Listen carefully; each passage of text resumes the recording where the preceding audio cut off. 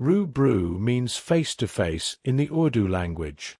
If you are a Muslim, the Ru Bru FTF series can help you find your bearings on where Muslims stand today in relation to their recent past. All viewers may find many of the misconceptions floating around, corrected by the information the Ru Bru FTF series supplies. DMSR stands for Do Muslims Still Regress? Muslims' recovery from setbacks is our current topic. Crusaders' takeover of the land from Muslims from 1096 to 1291 was the first major setback to the Muslim world. This was part of a long but zero-sum struggle that went on for centuries between Europe and the Muslim world of the East. Retaking control of the Holy Land in the Eastern Mediterranean is widely considered to be the objective of the Crusades. The expanding Muslim power is said to be another factor that drove the Crusades. A significant part of the ancient Christian world carved in the East was conquered by Muslims by the end of the 11th century. It included regions of Palestine, Syria, Egypt, and Anatolia. Karen Armstrong, in her book Islam: A Short History, says that the Seljuk army inflicted a devastating defeat on the Byzantines at the Battle of Manzikert in 1071. Powerless to stop this Turkish advance, the Byzantine Emperor Alexius Comnenus I asked the Pope for aid in 1091, and in response, Pope Urban II summoned the First Crusade. The first of 8 major crusades started in 1096. After an initial success, the Crusaders established a Christian state in Palestine and Syria. The First Crusade from 1096 to 1099 was the most successful of all crusades. Antioch was captured in June 1098, and Jerusalem on July 15, 1099. According to worldhistory.org, the Western Knights sprung a surprise on Muslims that would not be repeated. Saladin recovered Jerusalem in the Battle of Hattin in 1187, about 100 years after its capture by Crusaders. Jerusalem went back to Christian control for a brief period as part of a truce, and was retaken by Egyptian Muslims with the help of Turks after the expiry of the truce agreement in 1244. Baybars, who became Mamluk Sultan of Egypt in 1260, is known by some historians as the nemesis of the Crusaders. His wars on the remaining Crusader states laid the foundation for their complete elimination. Acre, the capital of the Kingdom of Jerusalem, fell in 1291. The remaining territories were quickly lost. The survivors fled to the Kingdom of Cyprus, which was established after the Third Crusade. Thus, the saga of the Crusades under discussion ended with the control of the disputed lands reverting to the Muslims. The Crusades, the first collective effort of Europe against the outside world, are seen as a significant event in Europe's development. European society changed during the 12th and 13th centuries due to extended exposure to a more developed outside world. In the words of Karen Armstrong, the Crusades were disgraceful but formative events in Western history. The Crusades had an impact on many areas, including trade, finance, architecture, and the transfer of knowledge to the West in the fields of medicine and science. Another significant event that immediately followed the Crusades was the appearance of the Ottoman Turks.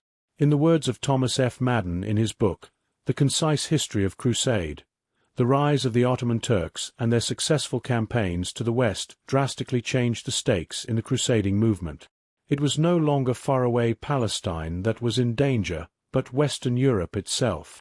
After the Crusades, the Ottomans colonized 1/4 to 1/3 of Europe in the 16th century. The Mongol influence that developed under Genghis Khan subjected the Muslim world to devastation that has scarcely been seen elsewhere in history. After diplomatic provocation by Ala ad-Din Muhammad II, Genghis Khan, d. 1227, invaded the Khwarezmian Empire in 1220 and eventually laid to waste the cities of Bokhara, Samarkand, Gurganj, and obliterated the region of Khorasan, slaughtering the inhabitants of Herat, Nishapur, and Merv. These were the largest cities of the then world. In Herat, in present-day Afghanistan, for instance, 1.6 million people were slaughtered. Lesser conflicts with sizable destruction followed in the next 3 decades after Genghis Khan's death. Monk, a later successor of Genghis Khan, decided to extend his empire by invading the Muslim world. In 1256, he sent Hulagu Khan to Iran. Hulagu Khan's siege of Baghdad began in mid-January 1258. His army of over 150,000 soldiers surrounded a city that was just a shadow of the great capital of the Muslim world of the 800s. On February 10, 1258, Mongols entered Baghdad and commenced a week of destruction and slaughter. The Caliph, al-Mustasim, was wrapped in a carpet, and the Mongol horses trampled him to death. The Mongols showed no discretion in destroying palaces, hospitals, mosques, and libraries. The Tigris River is reported to run black from the ink of library books thrown into it. This permanent loss of knowledge was an irreparable loss to humanity. The Battle of Ain Jalut, 1260, followed, in which superior Mamluk power and war strategy led to a conclusive victory over the Mongols. The myth of invincible Mongols was destroyed, and their plans to advance further into the Muslim world were shattered. Hulagu Khan lived for 5 years after Mongol defeat in Battle Ain Jalut, ruling Ilkhanate not far from Egypt, but did not undertake a revenge attack on Mamluks. Mass Mongol conversion to Islam paved the way for Muslim rule, but the power stayed with the Mongols. By the 1330s, the Mongol rule had fragmented, giving rise to many local rulers. The Turkic Muslim powers increased in strength inside and around the Mongol Empire. The Muslim Delhi Sultanate to the east withstood Mongol pressure and checked their expansion. Mamluks to the west resisted Mongol expansion. Further west, the Rum Seljuks survived even after briefly submitting to the Mongols. In 1335, after the death of Abu Said, ruler of Ilkhanate, a power vacuum appeared in Persia, giving rise to a number of dynasties controlling smaller areas. Starting his Persian conquest in 1383, Emir Timur, d. 1405, extended his power to Ilkhanate. He also occupied parts of Golden Horde and Chagatai, thus serving a fatal blow to the Mongol hold of the Muslim world. Not long after Timur, the Mongol power collapsed to give room to the rising Muslim power. Towards the end of Mongol control, the developing Muslim military power expressed itself in small kingdoms and the powerful empire of Emir Timur. The Timurids ruled Persia, much of Central Asia, Afghanistan, Mesopotamia, Armenia, a large part of Azerbaijan, and parts of Pakistan and India. The Mongol invasion that ended the Abbasid Caliphate was a dreadful scar in the Muslim memory. Yet the fact remains that the Muslim power did re-emerge after that terrible loss. The process continued, and 3 great empires appeared in the Muslim world, namely, Ottomans in Asia, Africa, and Europe, 1299 to 1922, Safavids in Persia, 1501 to 1736, and Mughals in India, 1526 to 1857.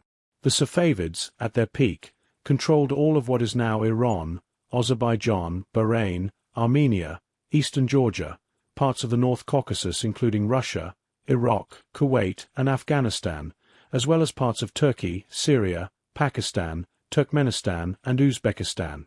The Mughal dynasty ruled over much of India for more than 2 centuries with remarkable effectiveness.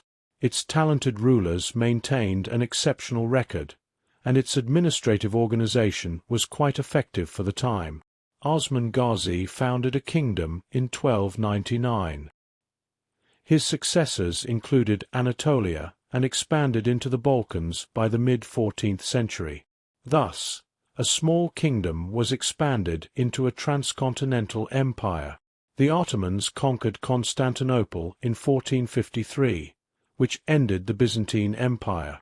The Ottoman Empire, at its peak, was one of the largest and most powerful empires in history, spanning 3 continents: Europe, Asia, and Africa. A long period after the end of Mongol power did not witness a rival of the Muslim power in Asia, Africa, and Europe. After capturing Constantinople, Ottomans subsequently controlled more than 1/4 of Europe in addition to their control of Asia and Africa. The 3 empires, namely the Ottomans, Safavids, and Mughals, did not have their equivalents in the rest of the then world. Muslims did rise from the onslaught of the Crusaders and the ashes of destruction caused by the Mongols. This happened in the so-called Old World, because of which the rise had a particular style.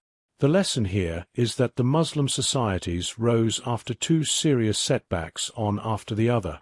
The reason is the message that drives Muslims.